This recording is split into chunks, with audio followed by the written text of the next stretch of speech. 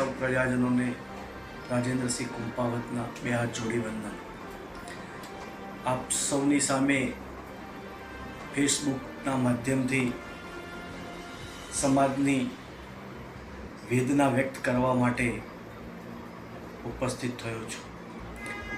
હાલની પરિસ્થિતિમાં સમગ્ર સાબરકાંઠામાં યુવાધન બેકારીના ખપ્પરમાં હોમાઈ રહ્યું છે અને સાથે સાથે સાબરકાંઠામાં દિન પ્રતિદિન દારૂની બદીના કારણે યુવાધન એનું કૌશલ્ય ખોઈ રહ્યું છે.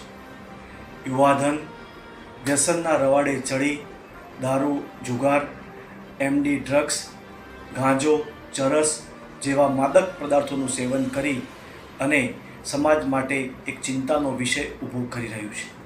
ત્યારે આપણે સૌ જવાબદાર નાગરિકો તરીકે આપણી નૈતિક ફરજ છે કે આ દૂષણ દારૂ વેચાવાનું અને દારૂ વેચનારાઓ અને દારૂ વેચવામાં સમર્થન કરનાર લોકોનો દારૂ, જુગાર, એમડી ડ્રગ્સ અને એને પ્રોત્સાહન આપી અને પોતાના ખીચા ભરતા સરકારના અધિકારીઓને આવનારી પેઢીની ચિંતા નથી.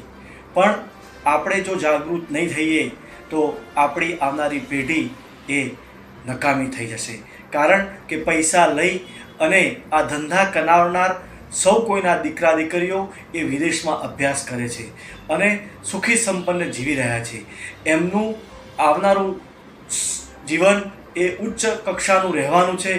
ચિંતા ફક્ત સામાન્ય માણસોએ જ કરવાની છે. શું આપ સૌ લોકો મારી આ વાત સાથે સંમત હોય તો આવનાર સમયની અંદર સમગ્ર સાબરકાંઠાની અંદર આ બદીને દૂર કરવા માટે એક મોટું જન આંદોલન ઊભું કરવાની જરૂરિયાત હોય એવું મને લાગે છે. ગામડે ગામડેથી લોકો જાગૃત થાય અને ગામની અંદર ચાલતા ખોટા કામો, શહેરોમાં ચાલતા ખોટા કામો વિશે આપણે સૌ એકત્રિત થઈ અને આપણો અવાજ બુલંદ કરીએ અને આવનારી પેઢીનું ભવિષ્ય ચોક્કસ દિશામાં જાય એવા આપણે સૌ પ્રયત્ન કરીએ એવો મારો વિચાર છે અને આ વિચાર હું આપની સમક્ષ મૂકું છું. થોડાક સમયમાં ફરી પ્રબુદ્ધ નાગરિકો સાથે એક ગહન ચર્ચા કરી અને હું વ્યક્તિગત સામાજિક જીવન સાથે જોડાયેલો વ્યક્તિ છું માટે મને વેદના છે એટલે આ વેદનાને વાચા આપવા માટે આપની સમક્ષ ઉપસ્થિત થયો છું. ટૂંક જ સમયમાં ખૂબ જ બુદ્ધિજીવી વ્યક્તિઓ સાથે ચર્ચા વિચારણા કરી અને આ આંદોલનને કેવી રીતના આપણે દિશા આપવી અને એ દિશા આપી અને પરિણામલક્ષી કેમ કરીને બનાવવું એના માટે આપ સૌના સાથ અને સહકારની જરૂરિયાત છે. આ ફક્ત મારા નહીં પણ સમગ્ર સાબરકાંઠાના સૌ પ્રજાજનોના હિતની વાત છે. એ વાત સાથે આપણે સૌ સંમત થઈ અને એકત્રિત થઈએ.